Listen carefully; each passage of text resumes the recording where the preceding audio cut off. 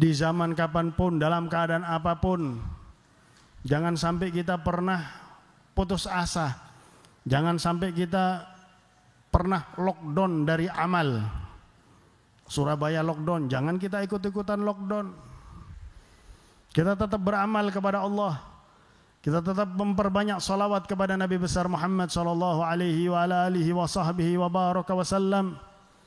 Dan amalan yang paling dicintai oleh Rasulullah, amalan yang paling cepat untuk bisa membuat kita mimpi Nabi Muhammad, amalan yang paling cepat untuk kita bisa bertemu dengan Nabi Muhammad, berbuat baik kepada keturunan Nabi besar Muhammad sallallahu alaihi wasallam. Sayyidina Abu Bakar As-Siddiq, seorang yang mulia, jelas masuk surga. Beliau mengatakan kepada anak-anaknya, la alu Muhammadin ahabbu ilayya, la ali Muhammadin ahabbu ilayya min ali. Keluarga Nabi Muhammad lebih aku cintai daripada keluargaku.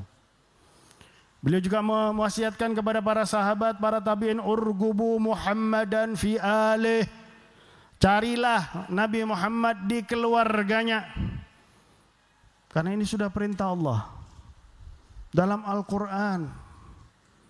Qul la as'alukum alaihi ajran illa mawaddata fil qurba. Semua para nabi, semua rasul, Allah merintahkan kepada mereka, qul la as'alukum alaihi ajra in ajriya illa 'ala Allah.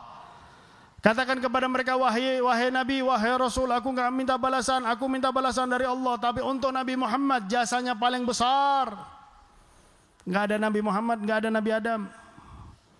Enggak ada Nabi Adam, enggak ada kita. Enggak ada Nabi Muhammad, enggak ada dunia. Enggak ada Nabi Muhammad, enggak ada alam semesta, jasanya paling besar. Maka Allah minta balasan. Katakan kepada mereka, wahai kekasihku, aku tidak meminta balasan kecuali al-mawaddah, berbuat baik, cinta, sayang, tidak menyakiti keturunan Nabi besar Muhammad sallallahu alaihi wa ala alihi wa sahbihi wa baraka wasallam. Karena memang di setiap saat, di setiap waktu itu ada orang-orang yang ingin menjauhkan kita dari Nabi Muhammad.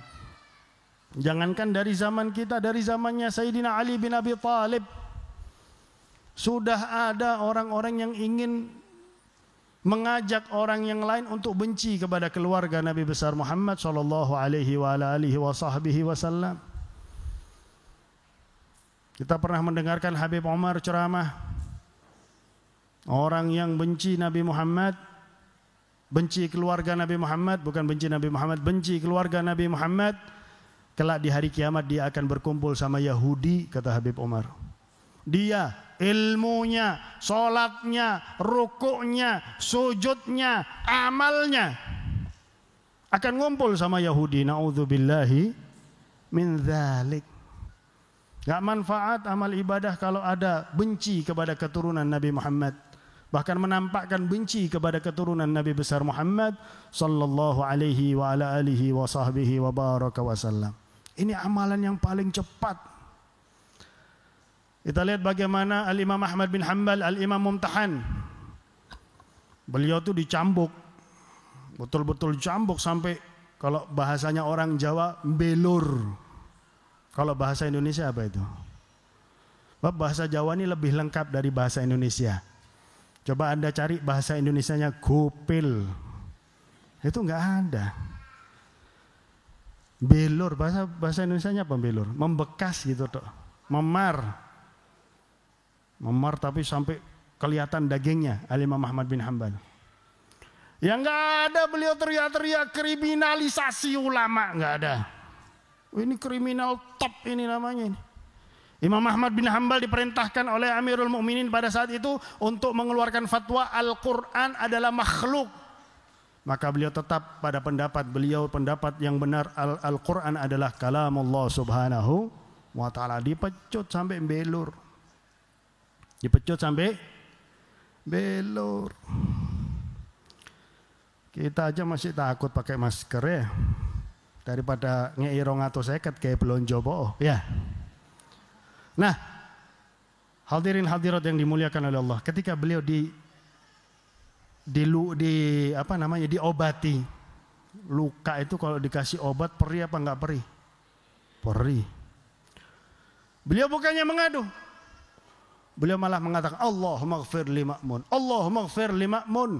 Ya Allah, ampunilah Ma'mun. Ya imam, kata para murid beliau, Ma'mun itu yang nyuruh Anda ini dipecut.